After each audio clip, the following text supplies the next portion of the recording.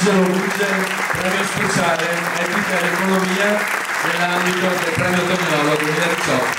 Invito Romano Piozzo, segretario generale della Camera di Commercio, Vescovo Pizziolo, Emanuela Baccichetto, Don Andrea Foresta, Diego Grando a salire con noi, insieme con noi sul palco per la consegna, ovviamente, e invitiamo Angelo Ruge. Grazie Angelo, con noi sapete, avete visto parole, immagini, avete sentito la storia autorizzata, la biografia di Angelo Ruge, che salutiamo e ringraziamo davvero. Solo nell'aprile scorso ha rotto con una intervista famosa ormai il suo proverbiale silenzio, che è durata una discrezione totale, assoluta nel servizio alla Santa Sede a fianco dei pontefici, tre pontefici, quasi un servizio quasi trentennale, no? Come aiutante di camera e familiare del Papa, 50 anni al servizio della Santa Sede. In questo senso chiedo ovviamente a Sua Eminenza, Cardinale Beniamino Stella, di essere qui con noi,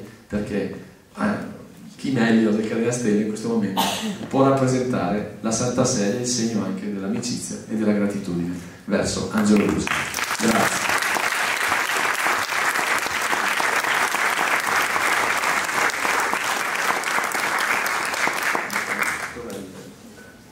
Il fotografo è qua, sì.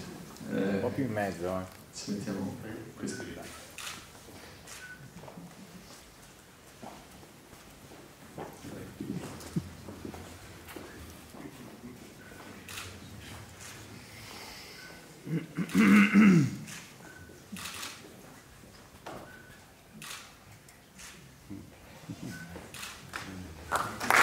Angelo Ruge, nativo di Miane, per il suo lungo ed esemplare servizio alla Santa Sede a fianco di Giovanni Paolo I, Giovanni Paolo II e Benedetto XVI, quale aiutante di Camera e familiare del Papa. Nel suo importante ruolo è stato ambasciatore del territorio e punto di riferimento di totale fiducia, sicurezza e affidabilità nei viaggi in tutto il mondo insieme ai pontefici.